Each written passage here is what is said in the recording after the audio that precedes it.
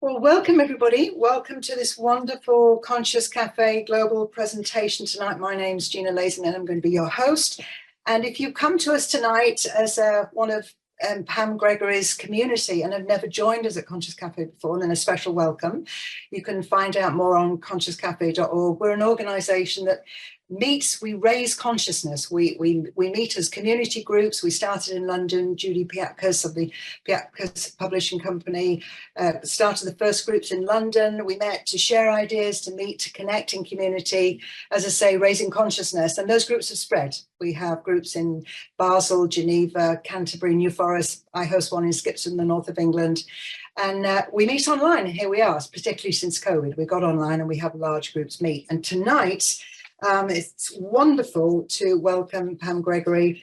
I have to say, one of Britain's most loved astrologers. She's very active on YouTube, regularly putting out the most incredible insights and wisdom for the new moon, the full moon, and all the planetary alignments. She's written 2 books. You Don't Really Believe in Astrology, Do You? That's an interesting title. And How to Co-Create Using the Secret Language of the Universe. And she's been a student and a practitioner and teacher of astrology for 50 years, nearly 50 years. Let's just bring that age down a bit. And what she's been sharing about this coming year is incredible. I think quantum leap and dramatic must be her favorite words. They're appearing all the time. And so I encourage you, if you're not familiar with Pam's work, to go back to her YouTube channel and watch the videos. They are full of brilliant tips and wisdom. And what Pam's been saying is we need to raise our frequency in order to handle these extraordinary times. And that's what she's going to share with us tonight. So Pam, I'm going to say, if we were in a room, we would be applauding, but we're going to wave and give you a lovely Conscious Cafe welcome. Hi everyone, love to you all. Great to see you. It's really nice actually, because I very rarely, as most of you know, do live sessions. I know this is on Zoom, but it's still kind of live, so it will be interactive, and that would be really great. And there's virtually no astrology in this tonight. I'm talking in very practical ways, because I know in the videos I'm often talking about astrology, which for many people is kind of like Hebrew. You don't follow that. It takes a lot of years of understanding that language.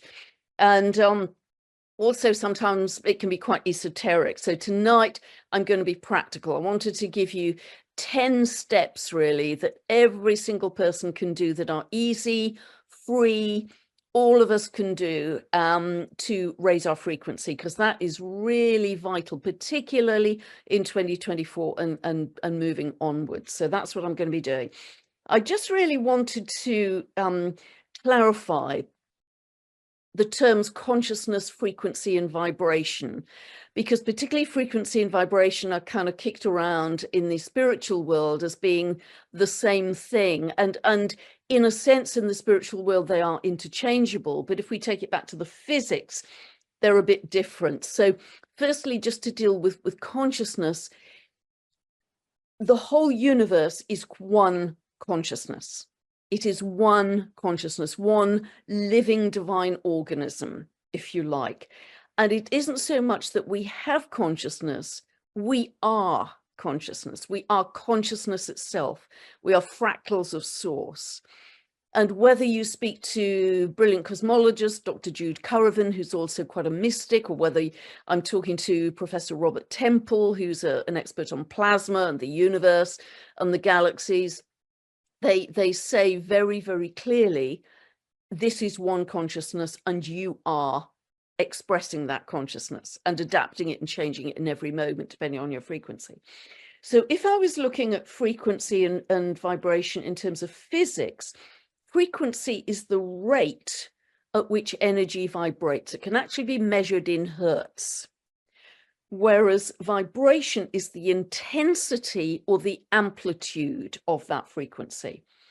The amplitude is the strength. So frequency is the kind of up and down measurement that you can measure on certain scientific instruments, but vibration is the force that you put behind it. And the force, in a way, is very important, how intensely we feel a particular emotion. So the higher it is, the higher your frequency, the more powerful your energy becomes, and the more powerful you are as a manifester. Now, Tesla, wonderful Tesla, a great quote from him I'd like to start with. If we want to attract something into our lives, we need to match its frequency. And I passionately believe in every cell of my body, everything you attract in life is a frequency match to where you're at in frequency. It's always a frequency match, every single thing. It's actually, I think, much easier to see this in other people than see it in yourselves. I can so easily see it in clients and friends. And of course, you have to be very gentle with that. I think it's harder to see with yourself, but nevertheless, everything is a frequency match. Now, yes, of course, our frequency is conditioned by the collective consensus. It's conditioned by our soul contracts. It's conditioned by our karma. And yet we still have great latitude in how we can adjust our frequency. You know, this is where all my work is going. It's going beyond the astrology to say, okay, how can we really start to become powerful co-creators in our lives? So thoughts are electrical impulses, and they produce emotions or feelings which are magnetic waves. And together in combination, they form your electromagnetic broadcast, if you like, your electromagnetic frequency. And it is the emotions that are the most important. They have to be preceded by the thought. Everything begins with a thought, but then that goes into the emotion. And the emotions are the most powerful because they're magnetic, and therefore they magnetize a particular event or experience or reality to you. So the feelings and the emotions are the most powerful. And, you know, it really reminds me, thinking of frequency, now, wonderful thought leader Wayne Dyer, and one of his most famous sayings was that it isn't the phrase we use all the time, yeah, I'll believe it when I see it, but rather I'll see it when I believe it, because the belief has to come first, and then you get the reality. So everything in your life, I believe, even though you're including some collective consensus, even though you know, it's your soul contract, your karma, whatever, everything in your life cascades from your frequency. Everything. That's where everything begins. And again, I believe that in every cell of my body, of the tens of thousands of charts I've done, and, you know, been around the track a few decades, it is absolutely to do with your frequency. And we are becoming more aware of this with Pluto moving into Aquarius. If you think the two jaggedy lines of Aquarius, they are very much about our electromagnetic frequency, very much so. And that's why this is coming up into common parlance so much more now. Frequency will become the new currency. Everybody will be talking about frequency. And essentially, if we look at it as a simple polarity, you will either be feeling love or fear. And those are two very different future timelines. You know, if you're feeling in fear, you know, for a start, before I even get to the 10 steps, turn off the news. Please turn off the news. Even if you think you're just watching it passively, you're actually in a kind of slightly open, receptive, and therefore easy to hypnotize state. Please turn off the news. As many of you know, I have a large plant now where my television was 4 years ago, and it's so much healthier all around. So you are either feeding in every moment, essentially the fear timeline or the love timeline, and be aware of when that's happening. I've often used the analogy of, you know, we're in the theatre now, we're at the stage in our history where the theatre scenery is collapsing and the actors are talking louder and louder so the audience won't notice that the scenery is collapsing. We are absolutely at that stage in our history now, and they will speak louder this year. They will speak louder. So we don't notice that the scenery is absolutely on the vapors and coming apart at the seams. So recognize that's what's happening. It's louder, but it's more hollow. But it is going to get louder because there's a sense of desperation out there, and I'm sure you all understand my meaning. So, but fear takes us on a very, very different future timeline, future trajectory than love. And what all my work is about now is frequency, well, astrology, frequency, but encouraging people to stay on this love higher timeline. whatever is happening in the world, it doesn't matter, because what's important is your internal state of being. That's what defines everything in your reality. Okay, so step number one is to firstly recognize and accept how you are feeling in the moment right now. And even put post-it notes around your house, which I've recommended many times, kitchen cupboards, bathroom mirror. Recognize where you are at, because if you are going through a personal crisis, you're splitting up from your partner, or loved one has died, or a pet has died, or, it's a big deal right now. You can't just kind of barrel over it. You have to sit with that. You have to honor that grief process and be with it and let that move through your body. And I think that's really important. But generally, most of us aren't in that sort of extreme situation. But also thank that person. If you're in a difficult relationship, be it with your partner, your spouse, your parent, your whoever, neighbor, boss, whoever, really recognize the part you've played, because it's never just 100% their fault and 0 yours, even though that would be great to think so, wouldn't it? Because we're the perfect white angel and they're pure evil. We have had a part to play in every single relationship that we are involved in. So in that situation, one thing you can certainly do is you can write that person a letter. If you're not able to speak to them openly, write that person a letter, honor your feelings with that, and then burn the letter. Release it to the universe, having got it out of your system, having expressed all your feelings in the letter. And other very helpful things to do here, we're still on step one, by the way, very helpful other things to do here are tapping. If you don't know about emotional freedom technique, you can learn it in about 5 minutes in a demo online. Really helpful to shift emotion, shift stuck energy out of the body. Everybody should have that in their toolkit. It's so simple and so easy to learn. I would say also forgive yourself for the part you played. Forgive yourself for the part you played. And yes, send them love. Send them love for being, I have a very difficult neighbor, which many of you know. I constantly will soften the dynamic of that by sending her love. And it honestly does help. Send them love. And even though, you might be hissing and it's the last thing you want to do, it does soften the dynamic. And I can see Jackie White is on the call. Wonderful, Jackie. Really recommend everybody has in their toolkit Ho'oponopono, the Hawaiian forgiveness prayer. I don't know if Jackie has a slightly different version. The version I use is I'm sorry, please forgive me, thank you, I love you. I'm sorry, please forgive me, thank you, I love you.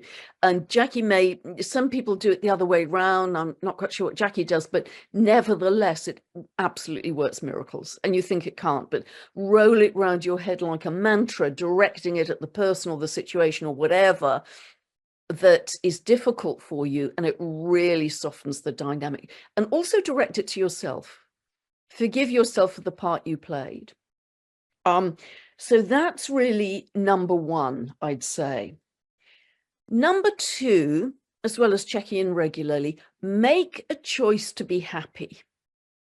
Because unless you're going through a really big personal crisis, like, death or separation from someone, the daily grind and grunge and awfulness of the world, the hideous war and death and disease, just the absolute overwhelm of what we're living through right now. It's very easy to get back into victim consciousness, which of course is what is being encouraged. You stay in victim consciousness. And one of the ways you can raise your frequency and get out of victim consciousness and start to step into empowerment is recognize all through your day, you are making choices. Instead of just doing things, say, I am choosing to make a cup of tea right now. I am choosing to go out for a walk. I am choosing to call my friend.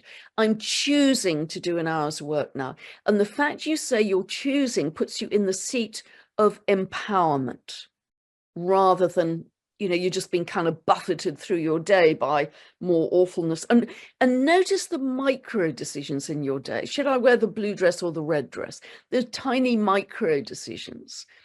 You know, what shall I do with my hair today? You know, because I have kind of toilet brush hair. So as micro decisions you make in a day, notice those, because be conscious of those. And also really, really importantly, be conscious of being conscious. Still on step 2 here. And notice when you go unconscious. And by that, I mean, when you go on that grunge run of, God, I've got so much to do today, and so said that to me, and I'm so cross about it, I've got that tech issue, and God, I've got so much shopping to do, those phone calls, you know, I'm not good enough, young enough, pretty enough, never going to work for me, always been the, you know, that grunge, that negative self-talk that we go on. Be aware of you are going unconscious. You're going on your habitual negative thought run. And so you've almost got to become a kind of thought policeman, which is where the post-it notes around the house really help, because you get into a habit of being conscious, as it were, reminding yourself, you know, where am I at? What's my state of being? What am I thinking about? What's my emotional state? Constantly. And if it's just a regular daily grunge, as I call it, if I'm on one of my morning walks in nature and I'm wasting that magnificent time by that kind of, you know, God, I've got so much to do today, I'm never going to get through the day, I've got so much to, which is my common grunge, you know, negative self-run. Flick it. In that situation, just flick it. Think, how lucky am I to be walking in the woods with today a blue sky? I mean, that's really something to be grateful for. It's not raining. You know, flick it to be joyful. Flick it to simple things: birdsong, blue sky, sunshine, nature, the smell of the moss, you know, hug a tree, simple happy thoughts. And be aware of that very simple flicking technique, because it really gets you into a habit of a higher frequency by default, a higher frequency. And, you know, the constant gratitude thing really, really, you know, I'm so grateful to live in, you know, in a rural area. I'm so grateful to be in nature, so grateful to have the choice to be able to take this hour out every day. Grateful. And try and, as part of this, we're still on step 2, surround yourself with positive, happy people who leave you better than they found you. One of my principles in life is I try and leave everybody better than I found them. And I think that's a great principle. So try and surround yourself with people like that, rather than people who leave you worse than they find you. And observe that, notice that. You know, you might have had friends for donkey's years, but start to observe, gosh, you know, I've spent an hour with this person and now, you know, whoa, I'm a bit dragged down. Or, gosh, we laughed all the way. And how much that uplifts you. You know, I've got a friend I've had for 35 years and she is on a different planet to me. She has no idea what I do for my work. In a million years, she wouldn't know what to ask. But we've dog walked together every week for 35 years. And she is such a funny person and I adore her. So, you know, people don't fulfill necessarily all of you. People fulfill parts of you. And I adore her loyalty. I adore her sense of humor. I adore her friendship. And so celebrate that when there's an aspect of that person that you really love, and be grateful for that. I hope I'm making sense here. So step 3, really start to live intentionally, much more as we move through these times. That will lift your frequency as well. Focus on your intention. Now, people constantly say, how do I set an intention? Well, the most important thing is that you set it in the present tense, as if it were already happening. Because if you say, you know, I want so-and-so, or when I have so-and-so, you're constantly chasing it away to the future. So it is already happening. You know, I am already in perfect, radiant health. I'm already a very happy person. I am safe. I am free. things that I am already easily attracting, the perfect job, the perfect home, the perfect partner. I'm already, and have the feeling, remember, feeling is the most important. Have the feeling, many of you will have been pregnant at some point in your life. That feeling that you know the baby is coming. You absolutely know the baby is coming. And so it's that feeling of, it's present tense. You know, I am in this pregnancy and it's happening, and all of the joy and expectation that comes from that. So step into that feeling of, I am already in the perfect job. I am already in the perfect relationship or the perfect house, because it's the feeling that will magnetize it to you. If there's a distance between I'm just thinking it and maybe it will, maybe it won't, if I get lucky, you're not going to magnetize it. If you can step into the feeling, it will come to you much, much more quickly.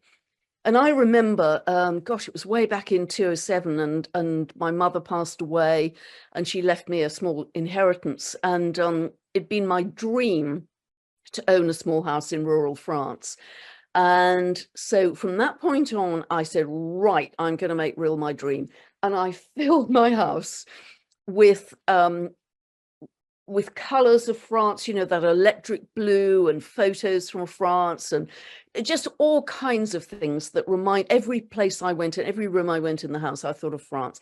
I imagined myself walking in the mountains and shopping at the local patisserie and, you know, perfecting my French. And I just stepped into, I am already living that right now. And within an incredibly short space of time of doing that, maybe sort of 2-3 weeks after I started doing that, I saw an ad for a small house in France, buying off plan. And many of you know this story because it led me on a huge kind of magic carpet ride involving a past life as a Cathar 800 years ago. But anyway, that's a whole other story. But the fact is, I magnetized that experience to me, the French house, in an incredibly short period of time, because I was living in my daydreaming, imagining moments when I was in the shower, cleaning my teeth, preparing supper. I was stepping into that French life. A really great book for this as well is I think you can still get it. It's quite an old book now, but it was such a short, simple, but brilliant book called The Cosmic Ordering Service, which had, you know, it's a really funny title. It's a very funny book by a German lady called Barbara Mohr, M-O-H-R. Really simple read. And she uses the analogy of when you're in a restaurant and you've put an order into the kitchen, and you don't keep going into the kitchen to say, I'm worried, you know, you're not going to deliver my meal. You know, is it here yet? No, because the is it here yet dismisses your order as well. And fretting with the chef, I'm not sure you're going to do it just, you know, the way I explained it. You know, the doubt and the fretting. Yeah, the author's name is Barbara Mohr, M-O-H-R. I'm going from memory because this is about 20-30 years ago. It's a great little book. Yeah, that's it, I think. Yeah. So live with intention, and link to that before, this is step 4 now, with any interaction I have of any kind, whether I'm just meeting a friend, whether it's a phone call, particularly if I'm doing a video, this kind of interaction, before anything at all, I will set an intention. Let this be for my highest good, the highest good of all involved, and the highest good of all. So before this video call tonight, I said, let this be for my highest good, the highest good of everybody involved in this Zoom call tonight, and the highest good of all, i.e. feed it back to the collective. Because if you do that every time, you know, we are each drops in the ocean, we're feeding it back to the collective. Yes. Next, number four, and remember, by the way, I think it was Lynn McTaggart who said this, that altruism is the highest state of being. Altruism is the highest state of being. And the more you can live with any sense of I'm in service to others, the better those intentions will work. You know, if you're not just doing it to make a profit for you, because we're moving out of those old Capricorn days now, and moving into Aquarian days, when whatever you're doing can help others, then it works even better. Number 5, visualize your goals. And the more detailed you can make those, the better. Activate your senses. You know, when I was talking about dreaming about the French house, I saw the colors, I put them all over the house. I smelt, you know, the French bread baking in the morning, the French coffee brewing, textures, everything. You know, imagine that you are living it. If there's a baby on the way, what it's going to be like to have that baby or that puppy or whatever it is arriving, how you're going to love it and nurture it and cuddle it, and you know, you're preparing for that event, because you absolutely have no doubt it's going to come. Don't wobble. Put your spiritual blinkers on. If that's what you want, don't wobble. Don't think, oh, whoops, a daisy over here, you know, whoops, World War III, here we go. Spiritual blinkers. We are creators. That's what we're here to do. So, yes. And so number 6, actually take the action steps towards that goal. For instance, if you have a baby on the way, buy the baby clothes, buy the cot, buy the pushchair. There's a puppy coming, buy the basket, buy the puppy food, buy the lead, you know, take action, simple action steps, because you absolutely know that's going to happen. Remember, you have no doubt.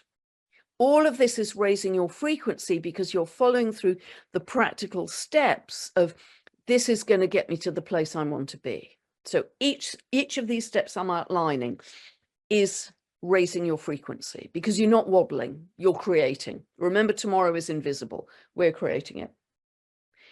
Number 7 is be patient, trust and let go. Once you've set that co-intention, you've visualized it, you are taking your action steps, yep, day by day, no panic, no stress, no doubt. You just know it's going to happen, and let go, because the universe often has a way smarter idea than you have. It delivers something better so often than you've already imagined. You know, so yes, take the action, but then number 7, be patient, trust, and let go. No attachment. Try and soften everything as you move through life, so you're not controlling as much, because then the little ego comes into control, and the universe is way smarter than we are to deliver what we really need in our lives. Number 8 is, and I talk about this so often, is to live from the inside out, not the outside in.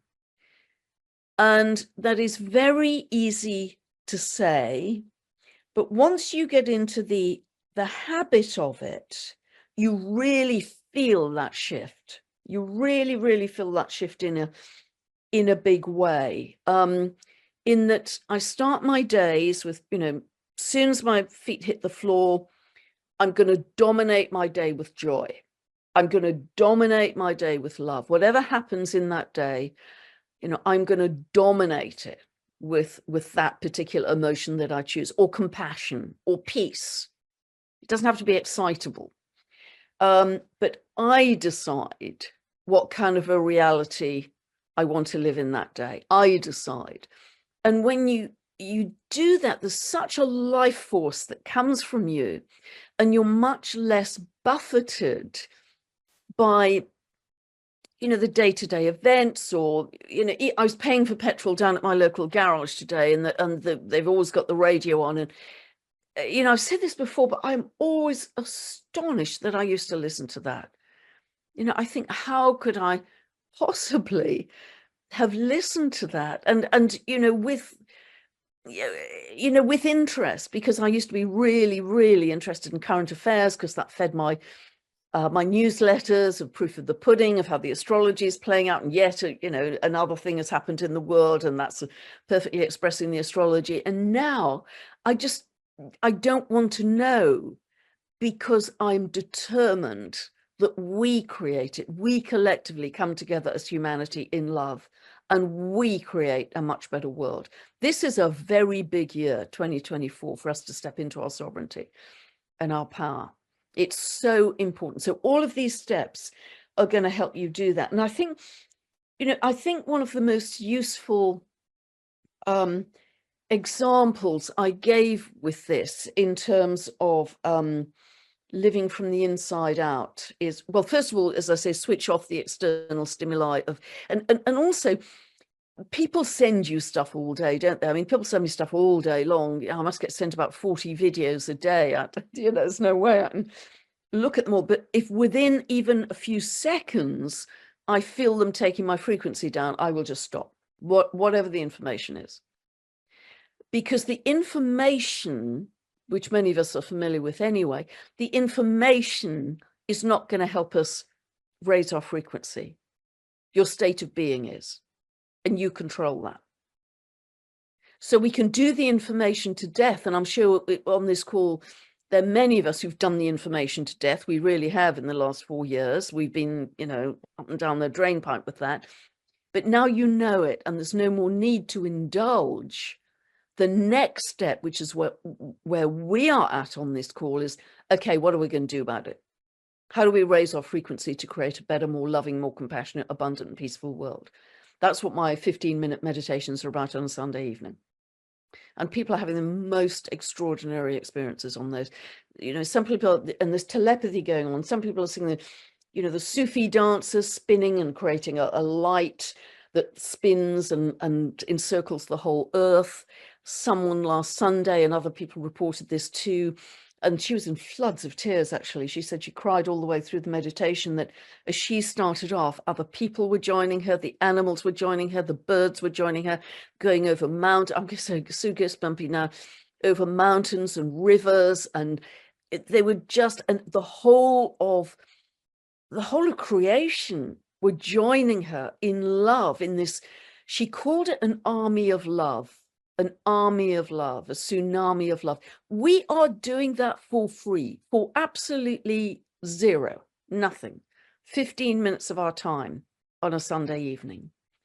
So be determined to live from the inside out. And so once you start to do that, you'll really start to feel a shift of I'm in charge of my life. I run my life, and start to notice all the tiny little changes in the dynamics of relationships in your day. The difficult neighbor, the difficult boss, the difficult sibling.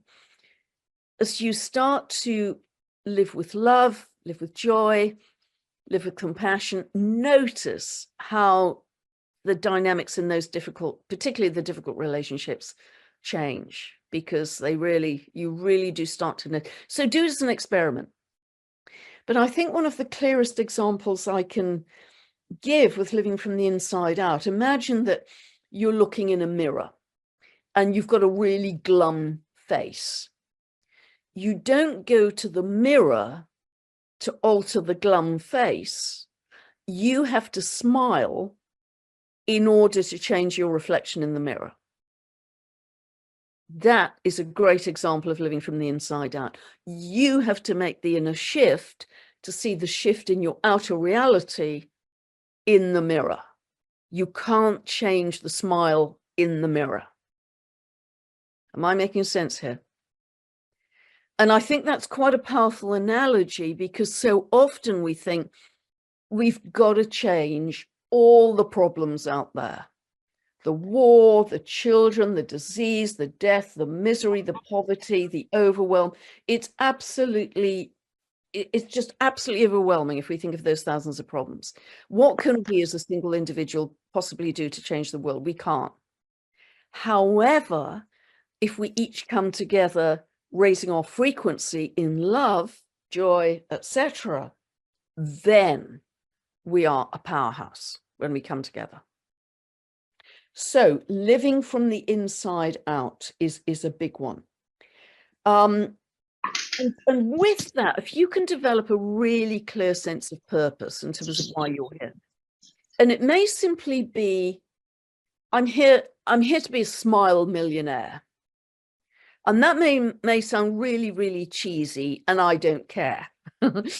Because if you decide you're going to be a smile millionaire, and every single person that you interact with, you smile at them, and just watch the ripple effect that has, and people in shops and stores and the local garage, and just watch how everything lightens, the frequency rises for you and for that person, and it ripples out through his day, her day, your day, whatever. Be a smile millionaire. That could be your purpose in this life right now. That's a terrific purpose, all for free. You don't have to read a book, go on a course. Number 9, I would say, is milk it. Really milk it. And by that, I mean any positive feeling, frequency that you have. Say you're waking, I do this a lot actually, because I love it. When you're waking up in the morning and it's super cozy, you know, you're as cozy as a bug in a rug. And before you open your eyes, just milk that feeling. Gosh, I'm so lucky. This mattress is so soft. This pillow is so soft. I feel so cozy. You know, wow, you know, almost like a child. Milk it, milk that emotion. And equally, when you're out in nature, and I do this frequently with my friends and drive them bonkers, I think, you know, I'll say, particularly as we get into spring, I'll say, look how green it is. It's just, you know, and they all kind of play it back to me, you know, look how green it is. But almost like a child, look how green it is. Can you feel the life force? Can you feel the electricity in the trees and the mosses and the birds and the slugs and the snails and everything? All the life force is coming back to life after winter, particularly a very long and excessively wet winter in the UK. So have that feeling of awe, have that feeling of wow when you're in nature, and milk those simple feelings, really simple feelings of, wow, this is so beautiful. It's so warm, it's so cozy if you're still in bed, or it's so beautiful, it's so exciting, it's so vibrant, all this new life starting to happen. And feel excited with nature. And also, I think sort of blend with nature. Blend with nature. So you try and soften your perception so you are at one with nature, rather than, you know, I'm an observer watching this. This is very Lemurian, I think, that you are just, you know, you soften so you're just blending with the feeling of all of that, because we are nature. You know, we're part of, we can't separate ourselves. You probably are aware that in 1953, there was a chap called Professor Schumann, and he decided to do an experiment where he took a group of volunteer students and put them in a lead bunker. And what the lead bunker did was to completely insulate them from the energy frequencies of the Earth. And as many of you will know, the Earth has a very powerful electromagnetic frequency. It's called the heartbeat of the Earth, the Schumann resonance, it's now called after Professor Schumann. It's normally 7.83 hertz.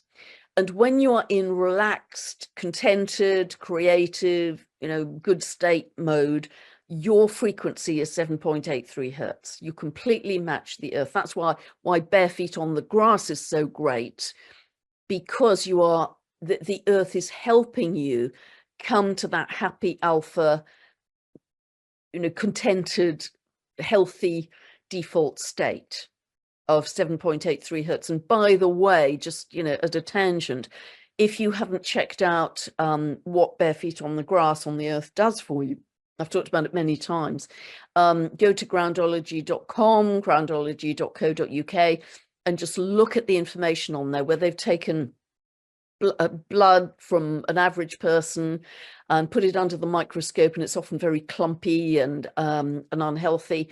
Person sits with their feet on the grass for 45 minutes, and then they take a blood sample again. The blood is completely different. It's much more fluid, it's much more viscous, much more healthy. Yeah, that's earthing, same thing. Earthing, grounding, exactly the same thing. So the physiological effect. And this affects many different biomarkers in your body, of your cortisol levels. It boosts your immune system, as well as changing a lot of your blood markers as well. So just doing that helps you to change your physiology, increase your frequency, but get this feeling of I'm one with nature. Remember the circadian rhythms. You know, we go to sleep based on that, and we wake up based on the circadian rhythm. Anyway, back to Professor Schumann and the lead bunker. The volunteer students were continually being marked for their health by doctors. And within about 2 or 3 days, quite a short time, they started to become physically and mentally very unwell, very agitated, very anxious, you know, physiologically they weren't well. And so what Professor Schumann did, unbeknown to the volunteer students, was he had a device which reintroduced 7.83 hertz, the Schumann resonance, back into the bunker.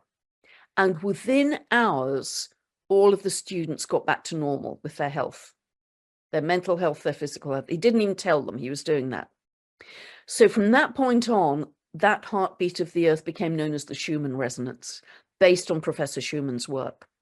So connecting with nature, and particularly grounding, earthing, same thing, different word, bare feet on the grass, bare feet on the earth as often as you can. Don't wear shoes because rubber insulates. What a good invention that was. That will really help you get this sense of blending with the earth and being at one with all of it.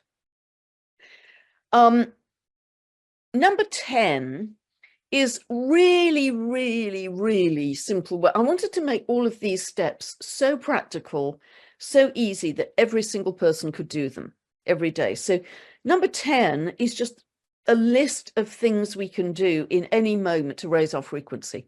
Dancing, singing, toning, chanting, laughing, hugging a loved one, spouse, pet, child, parent, tree, hugging something, being determined to find joy in every day. Because we've lived through exceptionally challenging times in the last 4 years, and it would have been very easy, and I think many of us did initially, to, dip into gloom and doom. But this is not a dress rehearsal, because this is our life. You know, we can't allow that to happen. We still have to find a way to find joy every day. And if we do, we're not only helping ourselves and everybody we interact with, we are also feeding back to the collective. It's one of the best possible things we can do to feed our drop in the ocean back to the collective and raise the collective frequency too. And I mentioned this in a recent video I did. I think I called it Another Ramble, the power of the invisible. But there is so much evidence now at what raising your frequency does. Look at Lynn McTaggart's work, particularly. I think she's the absolute queen of intention. I refer to her many times. On her website, she actually has a page called Evidence, where she has the evidence of frequency, setting intentions, group meditations, etc. She's one of the key places to go to. Dr. Joe Dispenza's work I could talk about for hours in terms of when you raise your frequency, how you literally, and I've witnessed this many, many times. I've been in about 14 advanced workshops and just witnessed miracle after miracle. When people are able to raise their frequency by going into a long, sort of 3 to 4 hour meditation, and yes, it wasn't the first time, they've had some practice with that, but literally genetic conditions, terminal conditions, paralysis, before your very eyes start to happen. It is just phenomenal, because when you raise your frequency, not only are you altering the biochemistry of every cell in your body, as Dr. Bruce Lipton says, and he talks a great deal about this too, you are rewriting yourself back to the blueprint. You are rewriting yourself back to the blueprint. So frequency does all of these things. Now, and also remember on the opposite side, that whatever you are, whatever we resist persists. So the more we resist a situation, the stronger it becomes. And so, and, I've talked about this a lot in my videos, and people give me a hard time about it because they say, yeah, but what about? Well, what we have to do, I'm with Buckminster Fuller, because he said, I really am, because he said that we don't fight against what is, if the what is not what we want. We create something so much better that the what is becomes irrelevant, just irrelevant, because everybody starts to think, hey, that looks way better over there. I'm going to have some of that. I'm not going to stay in this misery. And we create this momentum, which is the fastest way to get out of this mess we're in right now, to create a much more loving world. And it's happening. It's happening all over the world. If you're aware of things like Stand in the Park groups, they are global. If you're not, they have a website with locations. They have a Facebook page with locations. Every group is different depending on the individuals that make it up. I'm in one. It's a very strong, vigorous group. Every single person in that group is different. Every single person has a different piece of the puzzle. Every single person is doing something positive to create a new world. Do that kind of thing. Or the People's Food and Farming Alliance is another kind of group endeavor. But if we just keep on fighting, essentially within the same system, we are energizing what we don't want.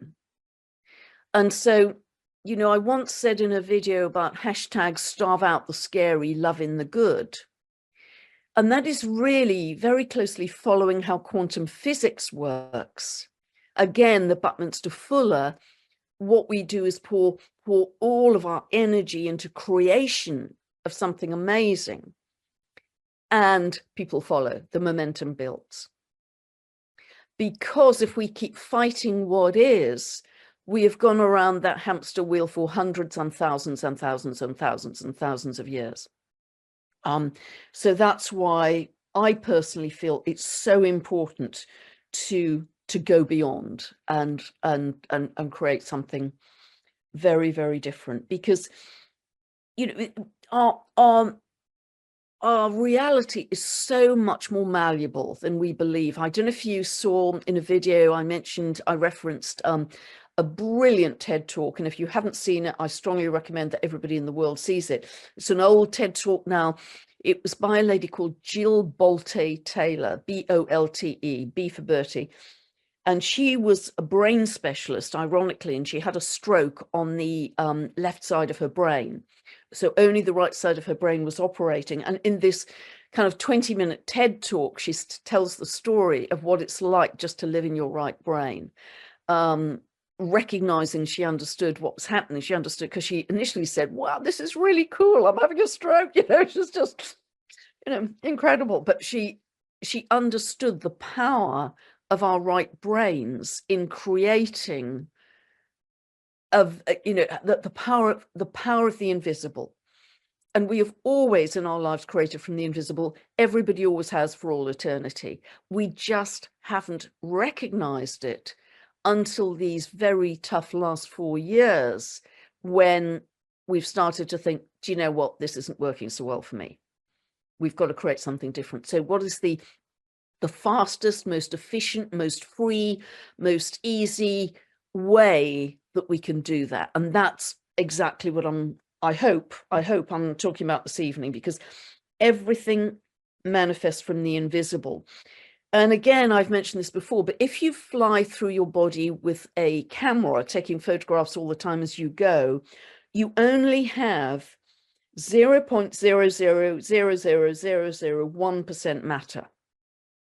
Your solidity is an illusion. So that's after the dot, there's 6 zeros and a 1. So, and that's kind of crazy, but Jill Bolte Taylor, in her experience of the stroke, explains that, tells that story of how that felt. So our reality is way more malleable than we think. And to quote Dr. David Hawkins, somebody I I love. He developed the map of consciousness that many of you are familiar with. He said the universe is energy, vibrational energy. All energy vibrates. All matter is energy. All matter, i.e. you and me, is energy that is slowed down enough so we can see it and touch it. And it gives this illusion of tangibility. So there's a spectrum of density in our world. And the more you are in fear, you are literally denser. You're literally denser because you're more particle and less wave. The more you are in high frequency, in love, you are more wave and less particle, which gives you greater potential to create something very, very different with your high frequency in all the ways we've talked about. And I've been having a couple of conversations with Dr. Jude Currivan, the cosmologist, who understands the physics of the universe, the physics of creation. And what she said was very interesting. I thought it was called chaos theory, but she said it's called systems theory, that when a system, i.e. the world as we have it right now, is in such a mess that everything is in chaos, that is where it has the greatest potential to form into something else. It's like the plasticine, the modeling clays become much softer, much more malleable. It has because it's all breaking down and jumbling and all over the place, it has the greatest potential to create into a much, much higher state of being. And we do it by raising our frequency in all the ways we've talked about. And what's really happening, if we look at the physics of it, is we're actually, with our own frequency, now we've got to a high level, of course, going through all these steps, we are dancing, we are weaving, we are interacting, we are, you know, in this incredible tapestry with the crystalline plasma of the cosmos, weaving this tapestry with our own astrological pattern plus the prevailing astrology. That's what's creating reality tomorrow. Tomorrow's still invisible. We can change tomorrow today. We're changing it right now by being on this call. You are raising your frequency by being on this call. So well done if you're still hanging on in with me. So, okay, before we just turn it to you guys to go into breakout groups, one of my favorite authors is a Buddhist author called Paul Levy, that some of you may be familiar with. He's Buddhist, but he's very enmeshed in quantum physics. And he said, what we believe to be the real world is a construct of our mind. We believe the world not as it is, but as we are. Not as it is, but as we are, i.e. our belief system, our filter, our lens, and all of us have them, filters the events in the world that come into us to create our reality. So for instance, if you are in a permanent state of fear, because that is very encouraged, of course, in our world, you will filter in, you will allow in fearful experiences, news, events. You know, oh my God, can you believe another thing? And another thing, and another thing, because that's now your filter to allow in. If your filter is my lens on the world is that it is a loving world, you only allow in loving events into your world, loving people, loving experiences, because you filtered out the rest. You know, it's there, but it's kind of a bit distant. You know what's happening in the world, but it's not front and, you know, it's not right in your face because you filtered it out. So as we go into breakout groups, I'd like you to really, really be honest with yourselves and say, what is your filter or lens on the world? If you're really honest, because this is going to help you raise your frequency once you recognize this.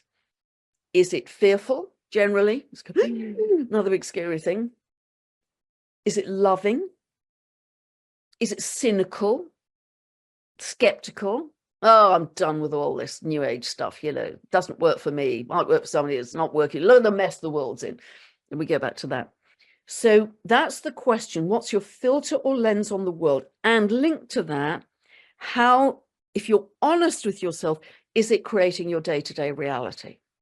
How is it creating your day-to-day reality with the job you've got, with the relationships you have, your neighbors, your boss, your friends, your family? Because the barometer for your frequency is your external reality. The barometer for your frequency, the measure, the reading of how well you're doing, is your external reality. Not to be too tough. So that is my question for the breakout group. You know, you talk about joy. I had to buy this book. I just had to. I saw it, and it's so gorgeous. The Little Book of Joy. And I thought, yeah, I need that. And I've just looked at a page, and it said that, you know, FOMO, the fear of missing out. This is a movement, the chief joy officer, the joy of missing out when something cancels. And this is about what you were saying about the reframe. And you go, oh, it's cancelled. No, I've now got more time. I would get thrilled if something's cancelled. It's lovely. Okay, I think everybody's back now. I love it when things get cancelled. I do. People are really sorry, and I go, so no problem. I don't think there are any rooms still open. I think we're all back, so I think you're safe to move forward. Okay, any questions, Gina, you'd like to, anything coming up in the chat that you need me to answer? No, at this stage, we haven't given people the opportunity to ask questions. Okay. I think people were talking about how much they enjoyed things, but we can okay. We can give people the opportunity. You can give a framework for how you might want to question. Let me just say a few more things, and then maybe let's open it up for any questions at all. So yeah, you know, just remember, and you know, this is often said, but you've really got to step into it, that if you want to see more peace in your reality, you have to feel peace in yourself first. If you want to see more love in your reality, feel more love in yourself first. And once you get into the habit of it, it's very interesting. There's a brilliant book, again, I'd recommend people read, quite an old book again, called Molecules of Emotion by Candace Pert, C-A-N-D-A-C-E, Pert. And she was a neurobiologist, I think, but she broke new ground with this book, and I think she won a major prize for it. Certainly, her work is very recognized in the work of physics, because what she discovered is that every single emotion has a specific neuropeptide attached to it in the body. Yeah, she was in the movie What the Bleep, absolutely. You know, jealousy has a specific neuropeptide, anger, hate, regret, you know, every tiny emotion has a very specific neuropeptide. And because we can get stuck in certain emotions, we unconsciously become addicted to that particular neuropeptide, and we don't even realize it. And what happens is, let's say it's regret. Let's say, you know, all of my life has been one big regret. You know, the whole thing's been a failure. So because we get addicted to that particular neuropeptide, it operates in a feedback loop, so that a bigger and bigger percentage of our neural network becomes addicted to that neuropeptide of regret. So unless you catch it, there's an automatic, unconscious, repeating, building, cumulative process of, I regret everything in my life.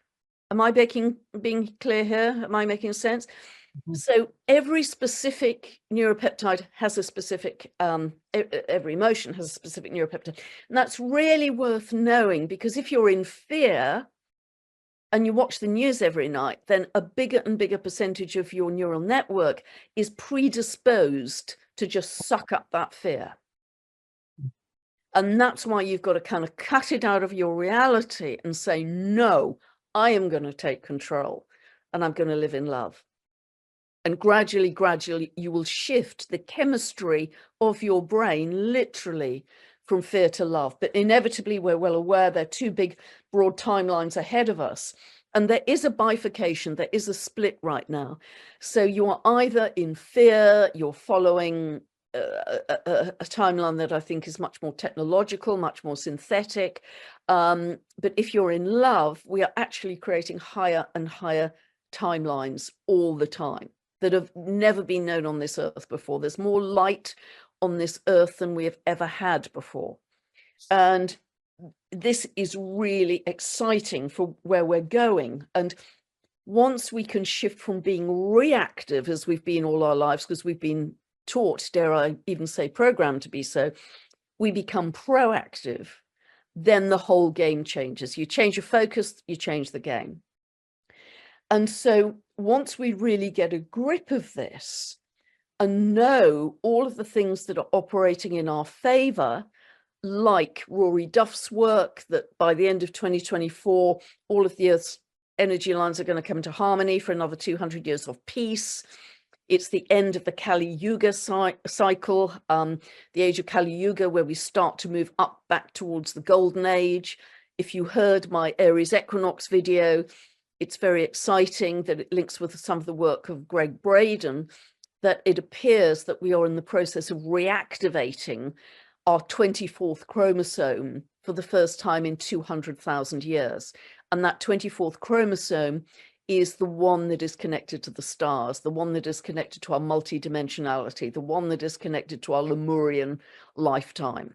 And so there is so much, whether you look at the astrology that I bang on about all the time, the astronomy, the cosmology, the Kali Yuga cycle, the energy lines of the earth, the photon belt, the ingredients for our evolution of the solar flares, the 24th chromosome being reactivated, you know, whichever slice of the pie you look at it, there is so much helping us on this, in this world. So such a wave of evolutionary process and purpose happening for us, that we just have to ride that wave. We just have to allow and be open and be in a state of love, and it will carry us forward. And the more we can link with like-minded people, and particularly coming together in things like meditations, because they magnify the group energy, we are living in a very exciting time. But just stay away from fear. Whatever you do, stay away from fear.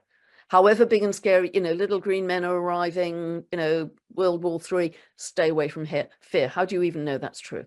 How do you even know any of that's true? Mm-hmm. Believe in yourself, believe in us as a community, us as a collective, and we are really in the process of changing the world. And we have done it on this call tonight. We have raised our frequency. I'm going to pass some questions to you, Pam. Yep. The lines maybe. Did I understand correctly that our emotions, feelings determine the strength of our vibration? Yes, absolutely, 100%. Yeah. A question about pets. Can we influence our pets with, say, living intentionally? Can I say mantras for my dog's health, for example, or other people and family? Yeah, absolutely. Absolutely. And your dog will pick up on your energy like lightning. We know they do. We know if you're sad, they instantly know and come comfort you. So yes, in fact, we infect every living being with our energy, whether we're aware of it or not. There's actually an instrument called a magnetoencephalograph, and it measures your frequency outside your brain. Outside your brain. That is proof that we are broadcasting our frequency. We are infecting everybody around us. It isn't just in our heads. So we have a spiritual responsibility, because we are infecting everybody and every living being, dog, cat, horse, that we are coming into contact with, as well as feeding back to the collective. Well, I could remind us. Okay, the question here. This is an interesting one for those of us who are older with older parents. How do I manage my father, who has deep dementia with profound depression, and I visit him every day? However enlightened I am, this is Natalie, I can't seem to negotiate. I can't seem to negotiate with him. I think that was a question there. So I would send him love and thank him for being such an amazingly important part of your life. The other thing I would do on an incredibly practical level, and I learned this from just by chance watching a video years ago from a doctor, lady doctor, who was married to a doctor also. They were both elderly. Her husband had very serious dementia, didn't know who she was, couldn't tie his shoelaces, was having regular cognitive tests at the hospital.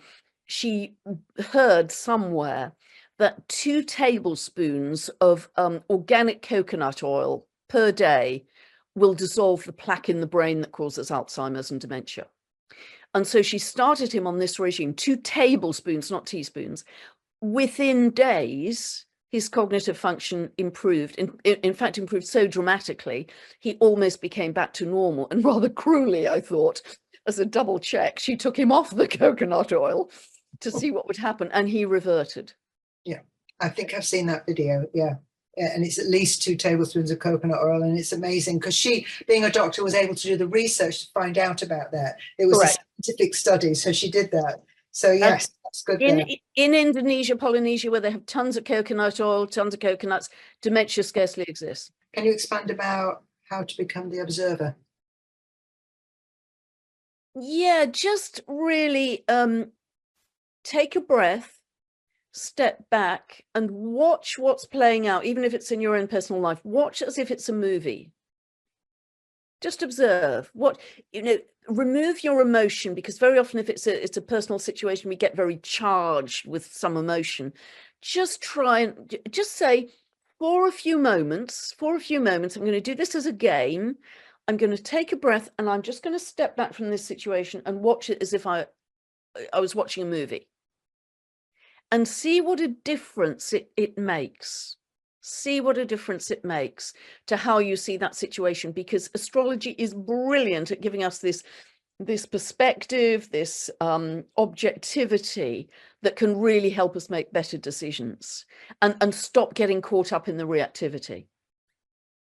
And see a question, do they drink the coconut oil? Well, it's kind of solid like Trex. Drink it. So you've got to heat it up, but it's pretty oily stuff. I mean, I make my own raw chocolate with it. So I have big chunks of raw chocolate every day made from coconut oil. So that's how I get my fix. And I cook in coconut oil, no other oil, because it's got a very high smoke point. Yeah. I think even if you just pour it on your vegetables, unfried coconut oil, however imbibed, can our stuff be projected onto our animals and they take on an illness or injury on our behalf? Yes. Yeah, yes, in fact, when I had 15 years of very serious kidney infection, all of my dogs got kidney problems. Interesting. What's your opinion on people using drugs and alcohol to affect their lives? No judgment. It's up to everybody to use their own discernment, etc. I think as we raise in frequency, we just want to do those things less and less. Yeah. We want less and less, tobacco, alcohol, meat, heavy, dense foods. We want lighter foods, more raw foods, and eventually the amount we eat will reduce as well, I think. Interesting. Will children in the future be born with the 24th chromosome already activated? I don't know the clinical answer to that, but boy, are they gifted. They are. They're very special. There's some children I've heard lead their parents in meditation. It doesn't surprise me. They are way ahead of us. Jessica asks, do you know about light language and how it affects vibration? I know people who speak it, and they are very high frequency beings. So yes, I think you have to be at a high frequency to access it and speak it. If we're sensitive to solar flares and light photons, and the Earth is bombarded some days more than others, when our bodies are responding to and resounding directly with that vibration, how do we overcome the heaviness in our physicality on those days? Yep, I suffer from it too, because I'm very EMF sensitive. Try, what you resist persists. So try and welcome these ingredients for our evolution in, because they are ingredients for our evolution. There's a wonderful chap on Facebook called Jason Esters, and his phrase for them was, they are stem cells for your soul. Brilliant. Stem cells for your soul. So however physically uncomfortable it is, and I sometimes have nights with 1 hour's sleep, and I've got 10 hours of work to get through the next day. Even if it's physically uncomfortable and you're frazzled and shredded, welcome them in, because they are part of your evolution. They're helping to reactivate the DNA. Oh, it's wonderful. I And love there's that. no rehearsal, you know, we're in it. Yeah, stem cells for your soul. Yeah, Yeah, I know about great. stem cells. Yeah. Um, Somebody saying they have similar problems with their mum as with negative, and I try to raise her vibrations with massage healing, coconut, and healing Reiki. I use coconut oil for everything. Well, that's a comment there.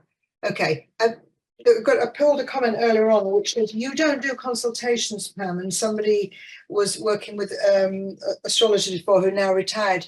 Is there a place, do you know a good place where we can find astrology for consultation has been asked? Are there people you recommend? Yeah, I mean, I stopped 3 years ago simply because it used to take me about 4 hours prep to do a session, which was 90 minutes. You know, there's a very big chunk of a day for one person. I absolutely love doing them, but, you know, I'm just working 7 days a week trying to help people in collective through this transformation. So I don't have time. A lady who did her master's course at the same time as me, US astrologer Kathy Rose, is excellent. She's world class. I've done some videos with her. You can see those on my YouTube channel. But alternatively, if you go to somewhere like the Faculty of Astrological Studies in London, they should have a professional astrology list that should be actually global, not just UK based. Mm-hmm. And there is a professional, what's it called? Professional Association of Astrologers, I think, have a list. Okay.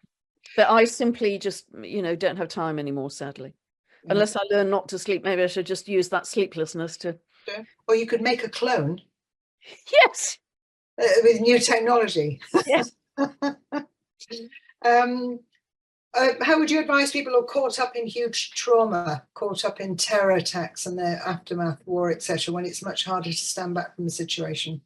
Horrific. I mean, just absolutely horrific. Somebody's mentioned Heather Insworth, my very good friend. She's stepping back from client work as well. That's why I didn't mention her. She, you know, she's got the same problem as I have.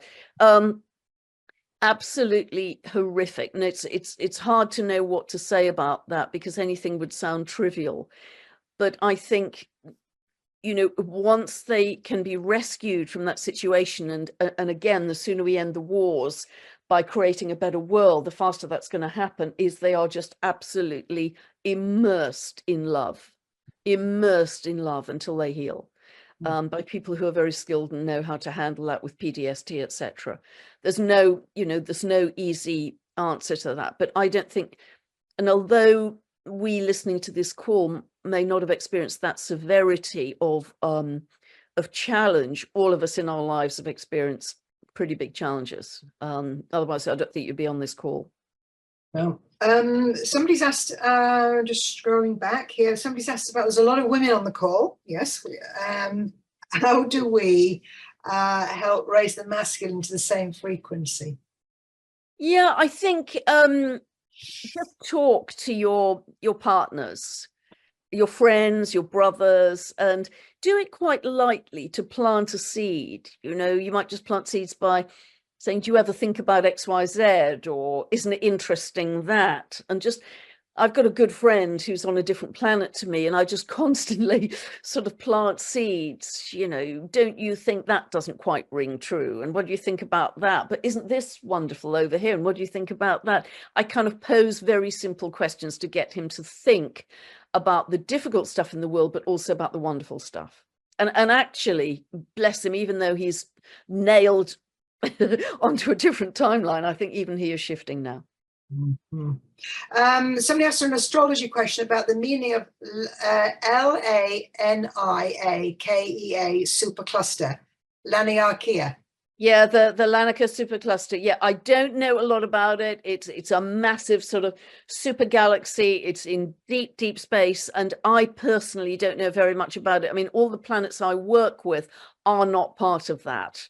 So that's certainly for me yet to be discovered in terms of its meaning. I mean, sometimes the best person to go to with this leading edge astrology, astrologically, is a chap called Philip Sedgwick, Sedgwick. He does very esoteric, way out there, obscure research on what's coming up in terms of new discoveries. And but I personally don't have any information on the on that supercluster at this point. Somebody says that they're training to be a homeopath, and I'm starting to have clients with supervision. Some of the cases are so upsetting, it's hard not to get drawn into their energy. Can you offer any advice? Yes, I think what I do before every session, apart from setting the intention, how it's good for myself and for the client, is put yourself in a bubble of light and see that bubble of light as having a kind of mirror edge to it all the way around. And so you are still completely visible. You can see the client, they can see you, you can communicate, but you have a kind of boundary and you're in a bubble of light. And that can really help to protect you from absorbing too much, because when we're empaths, yes, we can very easily absorb. Yes, and I suppose if you're training, you're going to be more susceptible because you haven't got the practice of doing that one-on-one with people yet, have you? So yes, good, bring that to attention. How can you find rising sign if you don't know the time you're born? You can't. You need the time to get the rising sign. Find a good dowser to give you the time, and then get a competent astrologer to check it out by specific dates and events in your past, this life. If a person's moon is in Aries, how can they soothe the tendency to spot danger and be on alert when this quality seems to be amplified by this astrological situation? Yeah, it isn't just that the moon in Aries does that. It's usually tracking back to childhood where you had to be on alert. There was some hostility in the early childhood environment that programmed you into that hypersensitivity around any hostile situation. So it isn't just the moon in Aries, but again, I'd cultivate this eagle's perch stance. If anything's coming up, take a breath, step back, be objective, watch it like it's a movie before you react, because moon in Aries can be very impulsive, very reactive, very, jumping in too quickly. So give yourself that pause with the breath. Jackie White's saying, when I posted a wish for March of love, joy and abundance, a well-known author put a comment, this will be a month no one in the world will ever forget. Do you agree with that, Pam? Well, we're certainly building into it. Yeah, we're certainly building into it. Second half of March and April. I never know the events. I can describe the quality of energy and the timing and go back to historical cycles, what happened last time, but this is an incredibly powerful period. Second half of March and April are incredibly powerful in terms of truth coming to light, unexpected events, seismic activity. I mean, I've got a whole video, in fact, 2 videos on this. So I cannot identify the event, but yes, I think we are going to see by the end of this year a completely different world from the world we're in right now. And late March, April are one of the peak times for that to happen.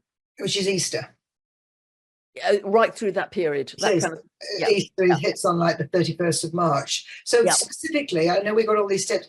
What should we do in that period? How should we brace ourselves? Should we be more proactive, more inner work? I wouldn't brace. I would be in love and peace and grounding, stillness, drop into stillness. So when these events happen, whatever they are, although you may see them happening in the world, you are less likely to be personally directly affected by them. There's a sense of bubble wrapping. If you drop into stillness, drop into peace. Well, a lot of the comments here are just saying how wonderful this has been. I think we've run out of questions, but it has been wonderful. And much to think about and much to feel. Absolutely. So I hope it helped, because I rarely do these really kind of practical live things, so I hope it was a bit different tonight and helpful. It was wonderful, and we'll send the comments to you, and everybody has really enjoyed it and said it's fabulous. So yes, here we are, grateful and fabulous. Yes, you are fabulous. We're very grateful. Thank you, Pam. Loved it. Lots of love to everybody.